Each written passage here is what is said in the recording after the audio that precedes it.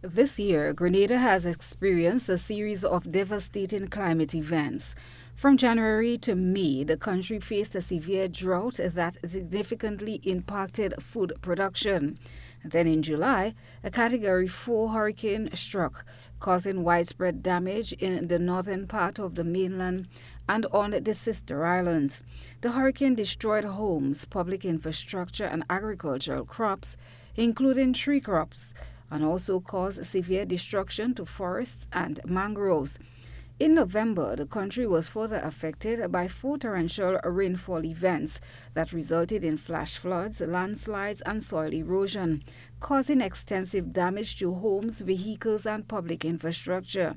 Minister Andrews highlighted the urgent need for international collaboration and increased funding to address the challenges of restoration, resilience building, and climate adaptation in countries like Grenada that are on the front line of climate change impacts.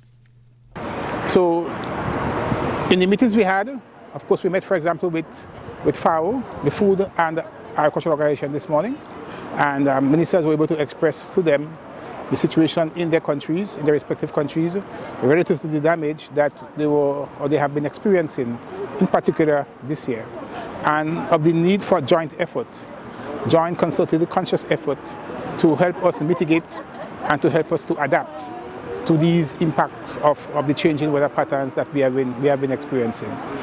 So therefore we do hope that something positive will come out of this.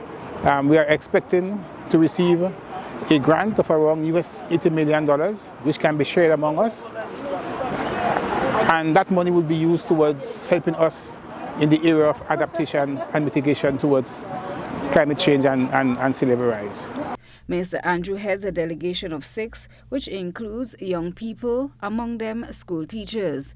The minister cited the importance of them being exposed to this kind of settings where they can get a broader sense of what's happening in other parts of the world and what the international community is doing to aid small islands such as ours to protect and defend against sea level rise and climate change in general.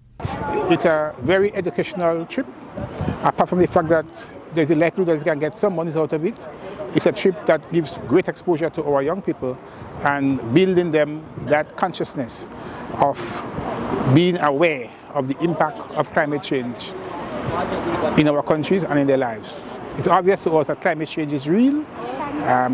The real impact of it is being seen all over the country, all through the region, our Caribbean region.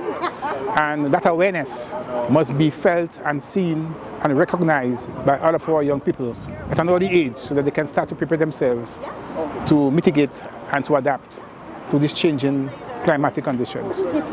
Christina John, GBN News.